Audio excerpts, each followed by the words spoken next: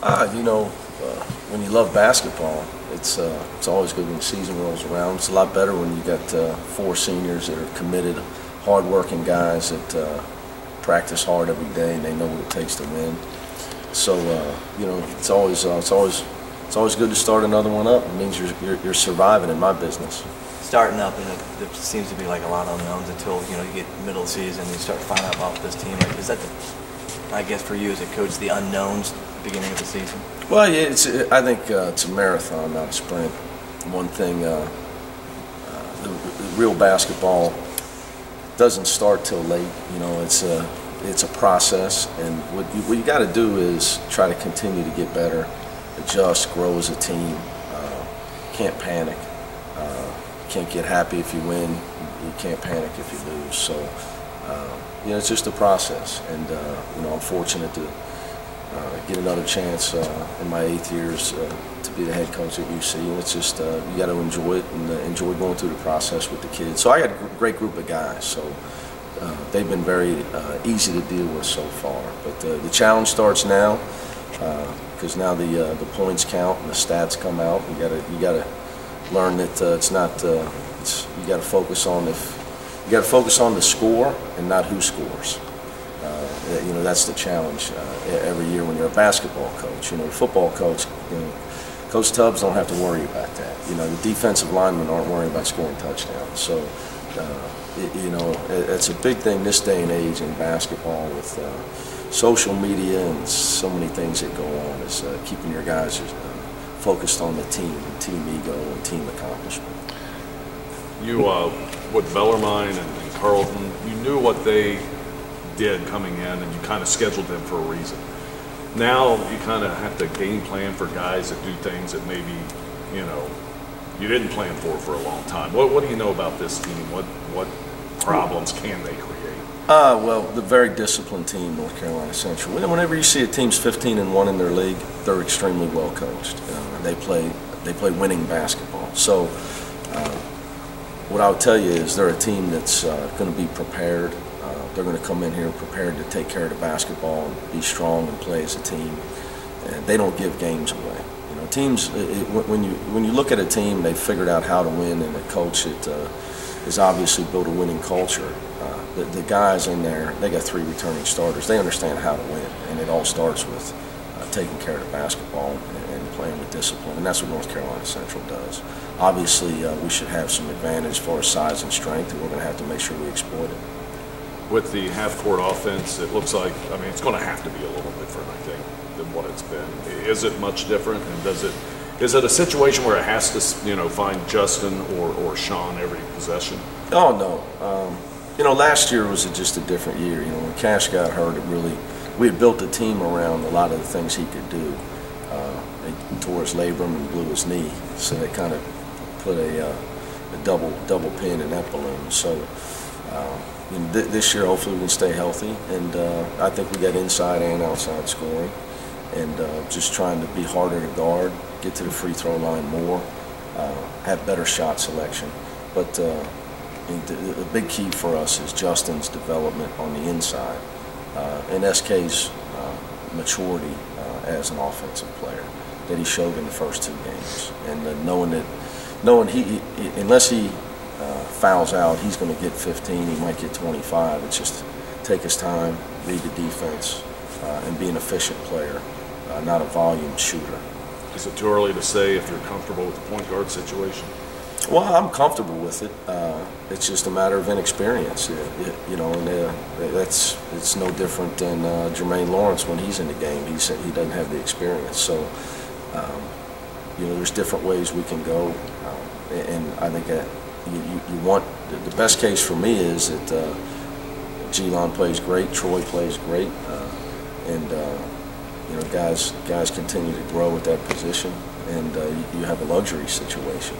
But both those guys are going to be big for us, and with our style of play, with the pressing, they're both going to have to play anyway.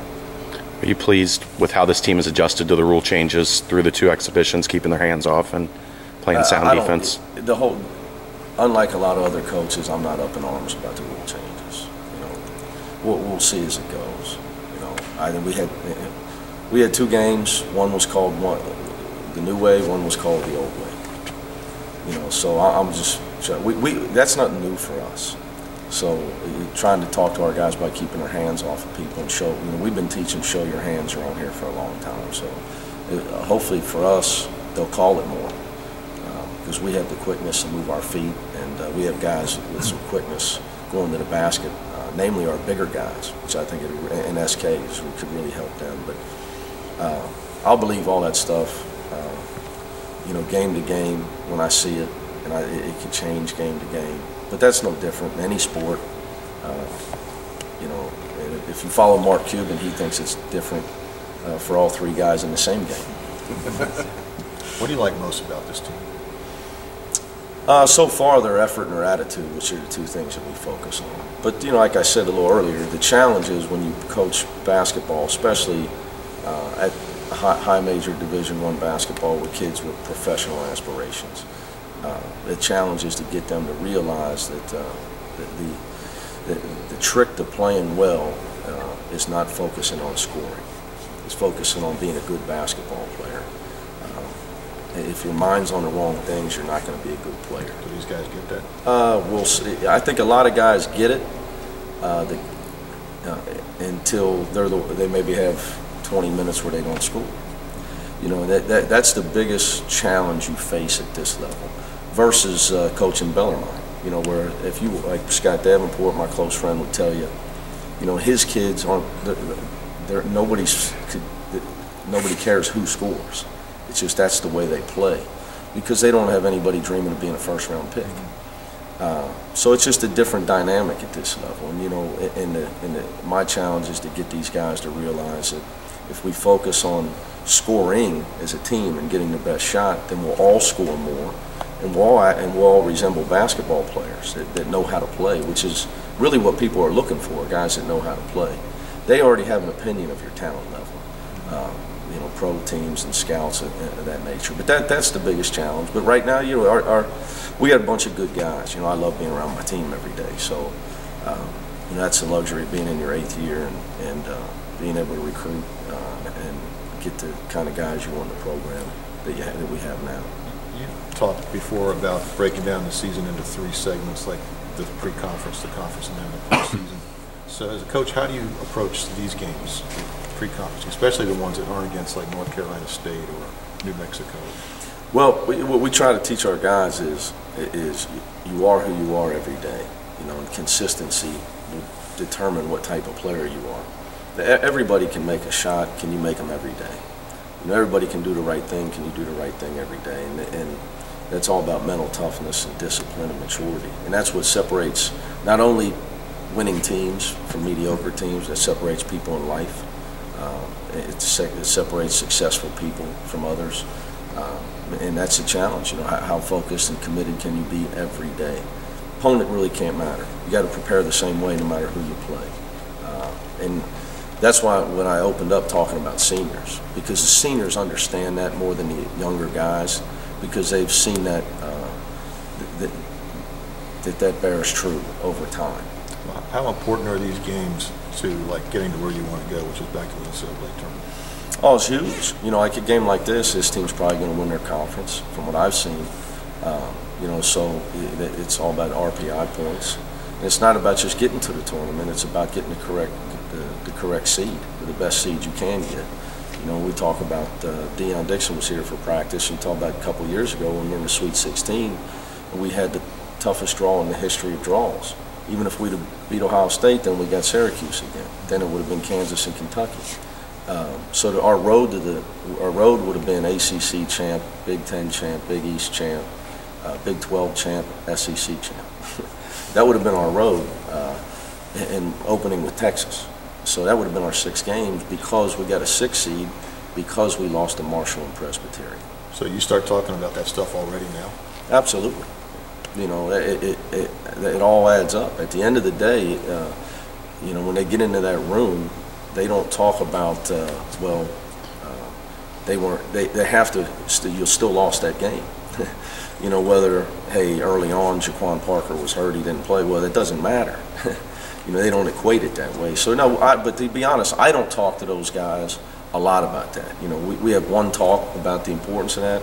We just try to stay focused on the process of what we're trying to do. So to us, North Carolina Central might as well be the Los Angeles Lakers.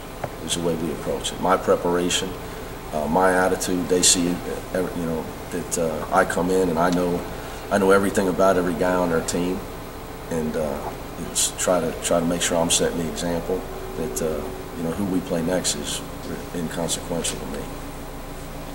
Looking back at NC Central last year, they went into Milwaukee and played Marquette really tough. I think it ended up being like a 7-8 point game. Yeah, tied with 4 minutes to go. They got tackled on a breakaway to go up 2.